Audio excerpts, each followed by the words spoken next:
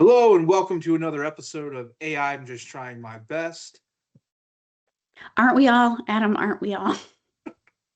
As always, I am joined by my business partner and friend, Chevelle Bedra, principal AI strategist and founder of Modern Workery.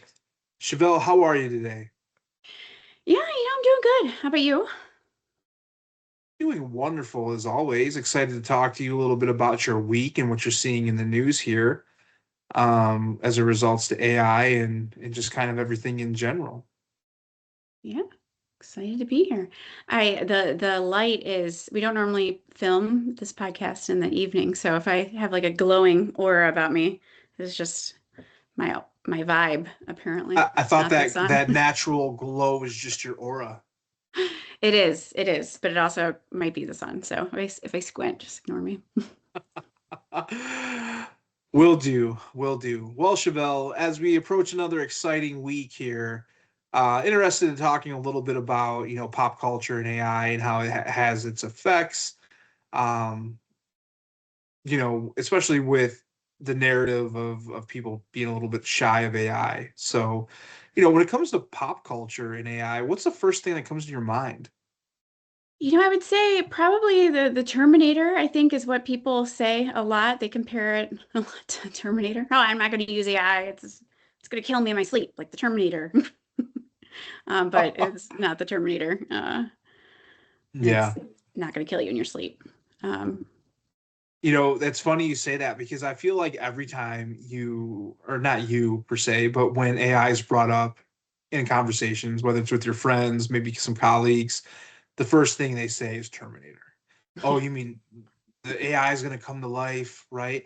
Which, I don't think is directly true, right? I don't think we're going to see cyborgs, from other planets or the future, I think is the premise behind Terminator coming back to end all civilization.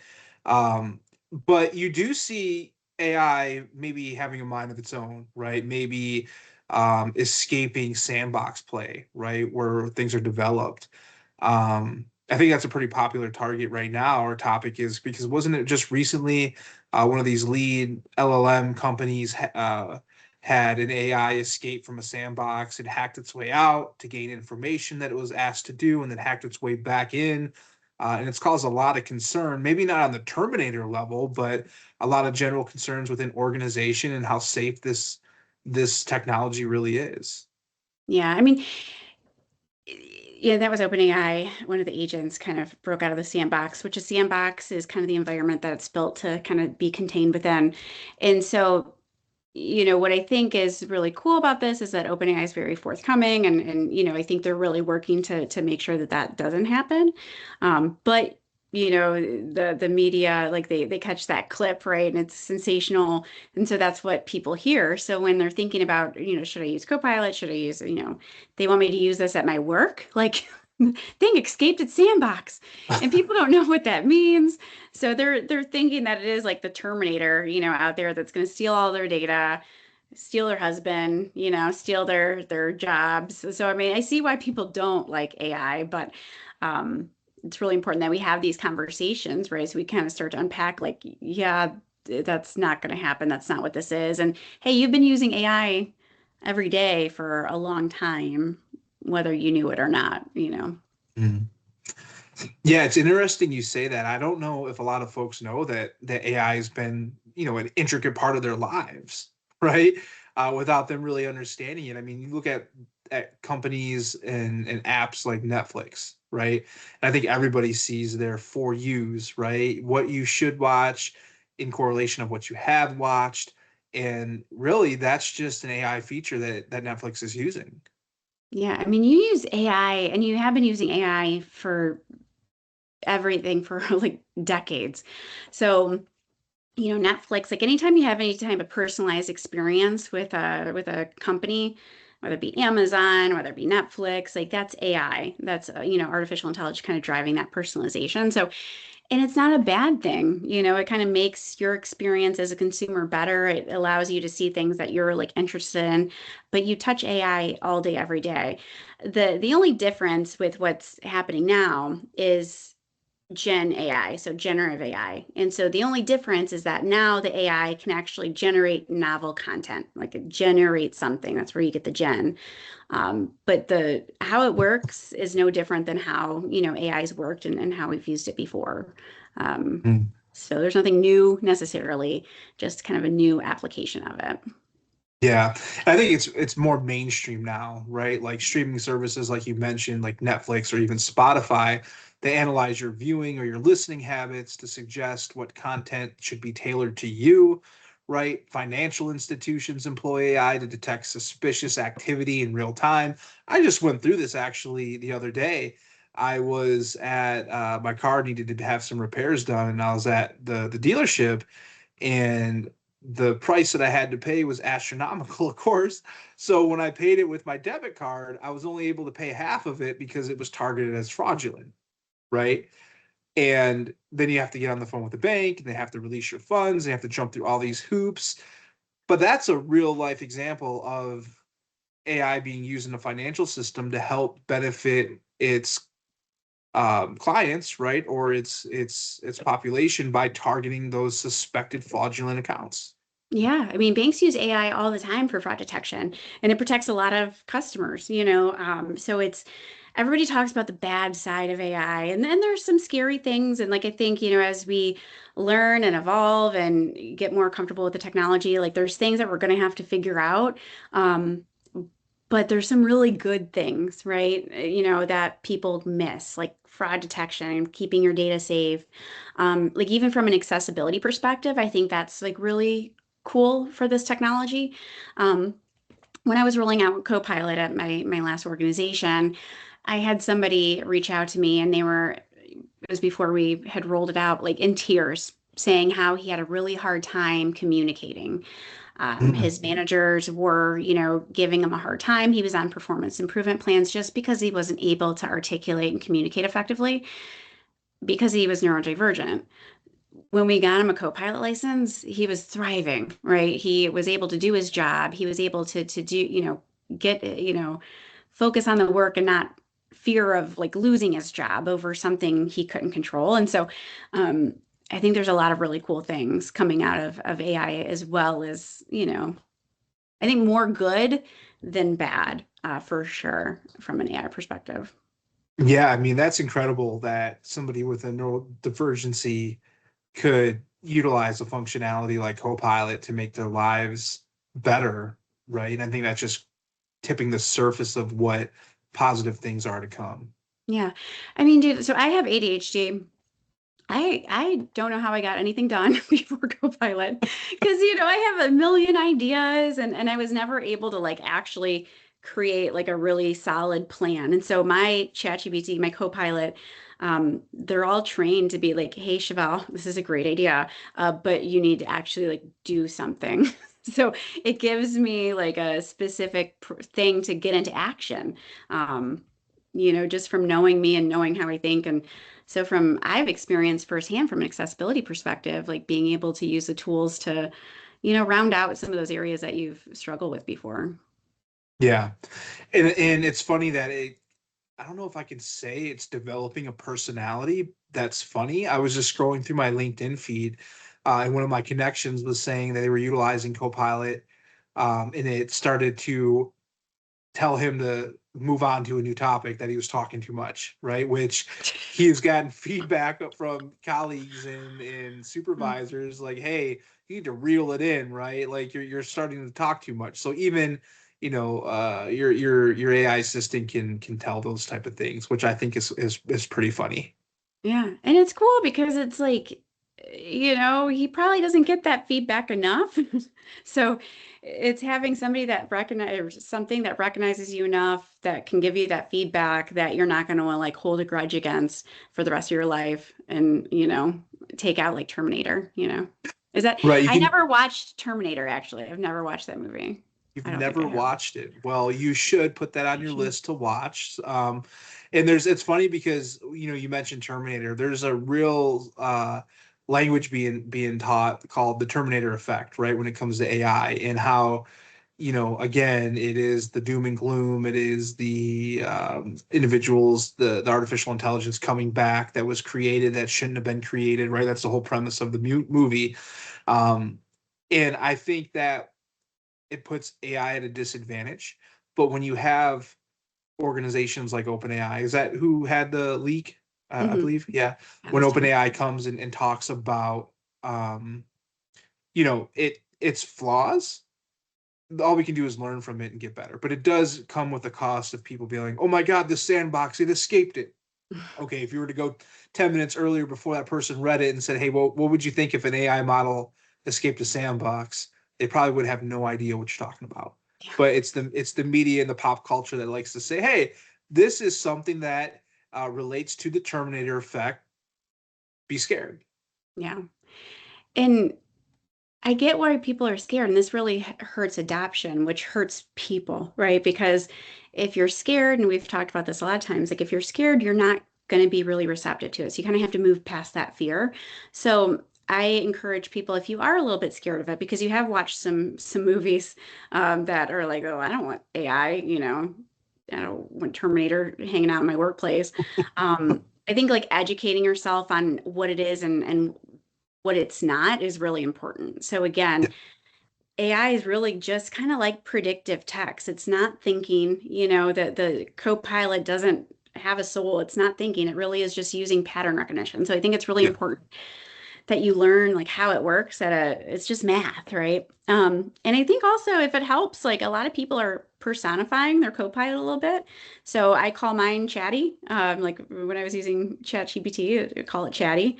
Um, you can even, I noticed this in ChatGPT, you can actually make like a little pet. It's in the settings. So it just it seems ridiculous, but just ways for you to make it a little bit more accessible, a little bit more approachable. Maybe, not make it seem like somebody's going to kill you in your sleep. Because I don't think people will really learn when they're in fear of that. Just a guess. no, no, we're not trying to have a Terminator effect, a Freddy Krueger effect, any type of effect when it comes to these things. Again, it should be tools utilized to help people, in everyday life with their jobs, change tires, right? Help with the furnace. Um, and that's really what the focus should be on. And as long as organizations are willing to do it ethically and be able to communicate some of these, rogue agents or rogue models, but then figure out ways to fix it. That's kind of the mindset that needs to have. Nothing's perfect. It's a work in progress. Yeah. Have you watched the new Toy Story movie? I have not, but it is on my Ah, list to watch. it's good. It's really good. So I don't want to give any spoilers out. I actually did a LinkedIn post about this a while back, but I think it really illustrates how our relationship with this technology should be, right? It should be there to work as a partner, as a tool to support us and be able to like help us achieve what we're looking to do. It shouldn't ever take over. It shouldn't, but that's how it should be and use it as a tool to help you and it is a valuable partner, I think is how we should all look at it. So if you're still worried about AI, go watch Toy Story 5. Disney should sponsor us for that, but Shout out it's Disney. Shout out Toy Story 5. that's right. Um, but I think you're starting to see more like going back to pop culture references, more positive, representation of AI. So we have Toy Story 5, which was a tablet, but you can kind of akin it to AI. But then isn't there like Big Hero 6? There's like a character in there. So I think you're starting to see more friendly, happy robots, which I think will help people feel more at ease. What's your favorite robot, Adam? Oh, my favorite robot is probably Wally. Have you ever seen Wally? It's a Disney Pixar movie. I have seen why. I would say that's my favorite Oh, too. it is. He Yep. he's such a good character. And it's crazy because there's literally no voices in that show from Wally, but just his emotional upbringing and willingness to not stop until his friend's saved. I mean, it's a tearjerker for sure. Yeah. Um, and so it's funny. So I mentioned a word last week. I can't remember the word now because it was above my intellectual ability. But like, there is a whole movement of work around like understanding how we work with robotics and computers. And so a lot of people, like, those little things that drive around, like the little delivery cart things, Yeah. they'll put like pretty eyes on it or like make them seem friendlier because we need that to move past, to like form that partnership with them. It kind of reminds me of Wally because it just is cute. So it kind of goes back to like it seems crazy to name your co-pilot instance, but I think it really helps you start to see it as a partner and not be as intimidated. So there's actually science behind it. We'll put in the show notes what the word is. I suppressed it because it's above my pay grade, but it is really helpful to understand from like a biology kind of level that we're just not used to like dealing with computers in this capacity or like robots. And Yeah. so Yeah. it just kind of helps us understand. Well, I feel like naming machines is a part of the American culture. I mean, I think everybody's named their car at some point, right? Wasn't Knight Rider famously known for naming the car? Wasn't Yeah. I mean, that's a little bit outdating myself, but yeah, we've all named our car, we've all named our machines, and there's no difference in naming your AI counterpart a name too. Yeah. Um, what was your car? What was your first car's name? Did it have a name? Oh, I had this. You might have remembered it. It was a red F-150 pickup truck. Um, I called him Old Red. Old Red. Didn't you have something before that? Wasn't it like a Dodge Neon or something? It was A lot less close. It cool. was a Dodge Daytona. It didn't deserve a name at the time, right? Because I think I called it a bunch of different names as I, feared for my life many times in the bucket of rust.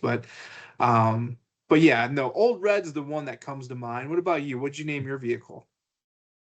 I don't remember naming when I was younger, but I drive a minivan because I'm a really cool person. Uh and I call her Old Betsy. Oh, So Betsy. old, There we old go. Betsy never does us wrong. She's not A cool. strong, reliable Yeah. name. Yes, it's your mom's name. Um, Close. Betty, close. Betsy, same thing. Yeah, close. Um, close. But maybe Betty inspired Betsy. Yeah, Um, we're just playing horseshoes. We're just trying to get it close enough. that's right, close enough.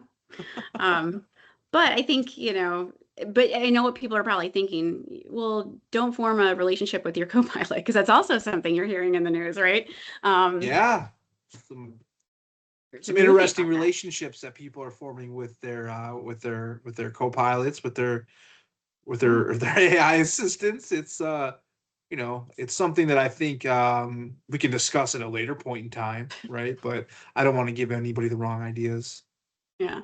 But I think it's a good, we won't talk about it, but I think it's also important to know like that they're really not your friends. Like it's really not an actual person on the other end. Just a disclaimer, helpful tool, but that's all it is. It's not actually your Yes. friend. It's not actually thinking, but can help you in the meantime. Yeah. However, it makes us feel like it's thinking, right? Because it literally will show you how it's formulating its answers to your questions and its ideas. And, if you're using it within a work setting, say your sales team, different various ways that it can help you out, right? By offering that thought process that might not be biased towards hurting your feelings, like you mentioned earlier. Mapping out what's called like AI becoming your invisible wingman, right? Which I guess the word wingman makes it seem like it's more alive, but more so it just helps you get prepared for what you're about to accomplish. How would you utilize AI as your invisible wingman or wing woman? Yeah, I mean, I use it for everything. Again, anything, I use it to help me prepare, right? So if I am preparing for client call or a presentation or a speech I'm about to give, helping me refine it, helping me kind of build the outline, doing a lot of that grunt work, that I don't like to do. It helps me with that so I can really focus on the content, the message that I'm trying to convey, not grammar and things like that, the stuff that doesn't really add value.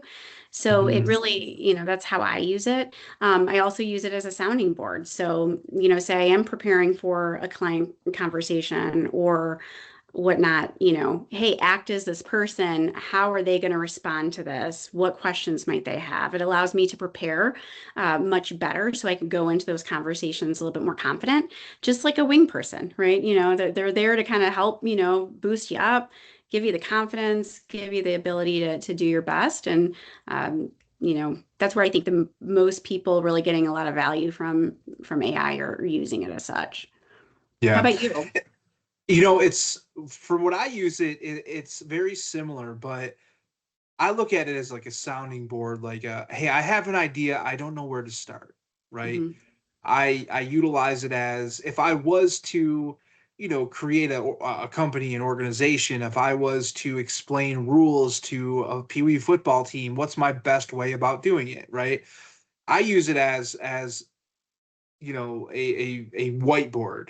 I have Hmm. an idea, let me get this idea out and then utilize it to help me build more onto the idea that I have, which I think is very beneficial, especially if you're in a management role, senior management role, if you're leading people, if you're in a sales team, you using it to say, what can I do to get my message across in a more clear way? You can even ask it to figure out a way of humor, right? Hmm. It's really just giving you a base level of ideas and support to build off of so that you can deliver the messaging, at least in my sense, in my way of thinking, it helps organize those thoughts, right?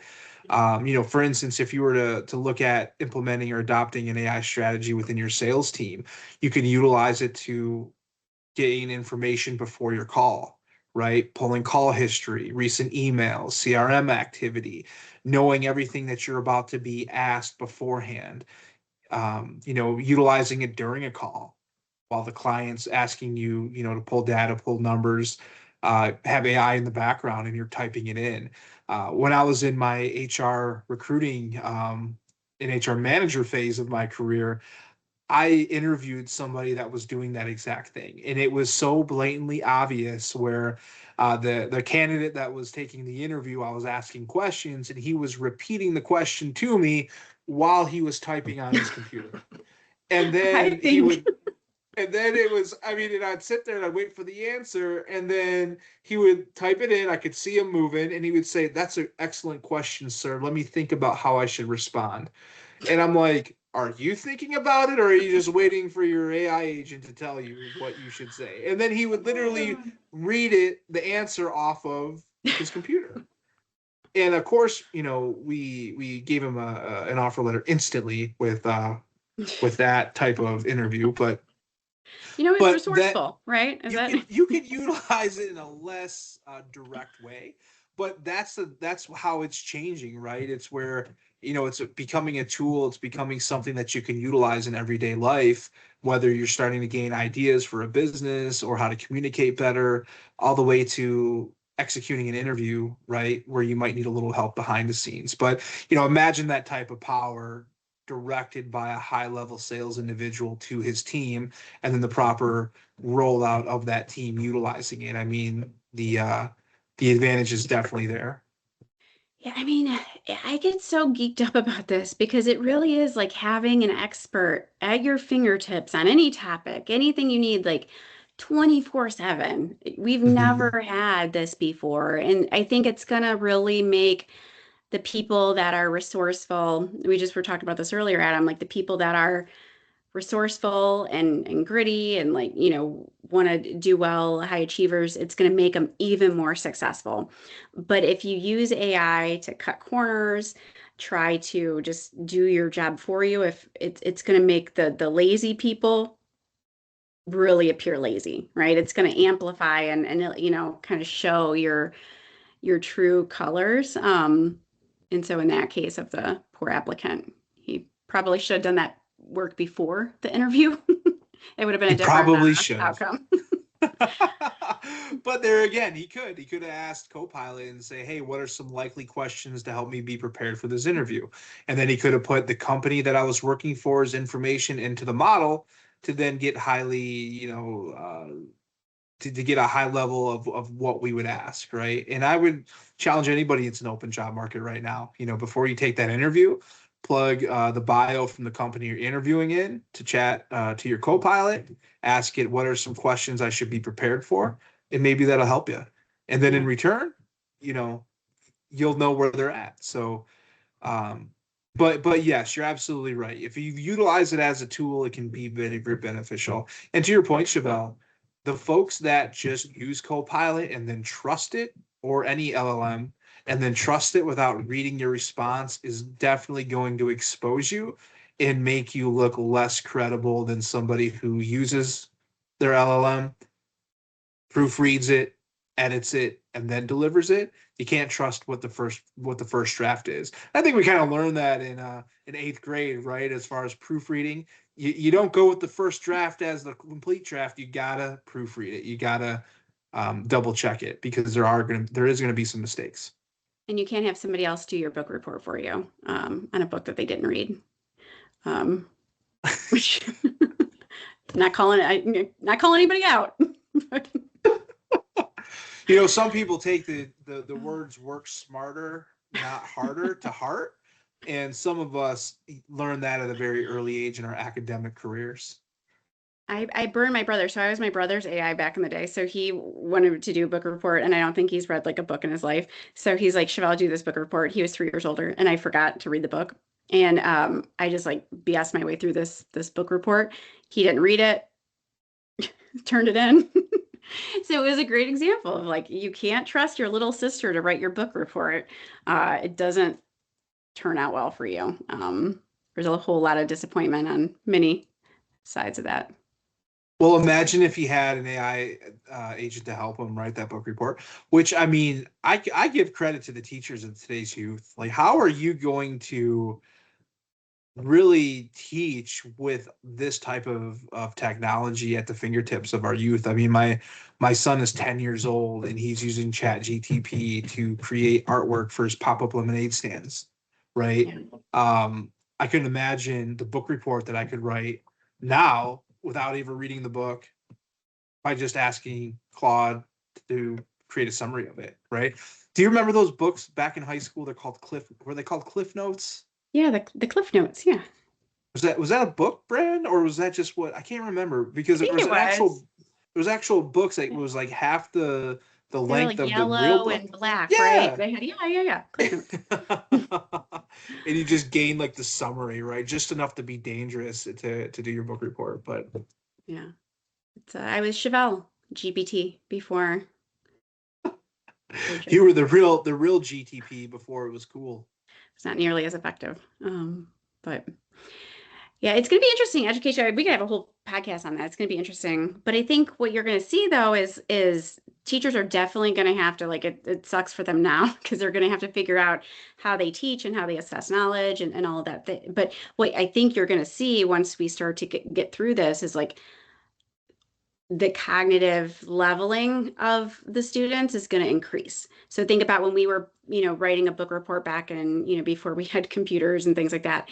We spent so much time figuring out how to write citations and grammar and all of these things. And that's what we focused on. Sometimes you would lose the message of what we were trying to communicate or like learn through that other stuff. Now they have spell check and grammar. So it focuses to focus more on what we're actually trying to communicate. And I think the more that we get support for these things that it's not the point, we're going to start to see like our work is going to go deeper. And research is already starting to show that our cognitive leveling is increasing by using AI, which is pretty cool. So you're getting smarter, Adam. Look at Hey, that's what we're here for, right? As long as we're learning, we're growing, right? And that's the wild ride we call life. That's right. And Chevelle, whether we're struggling with the book report, whether we're getting prepared for a job interview and blatantly using AI to help execute that, we're all just trying our best, and that's all we can ask. That's right.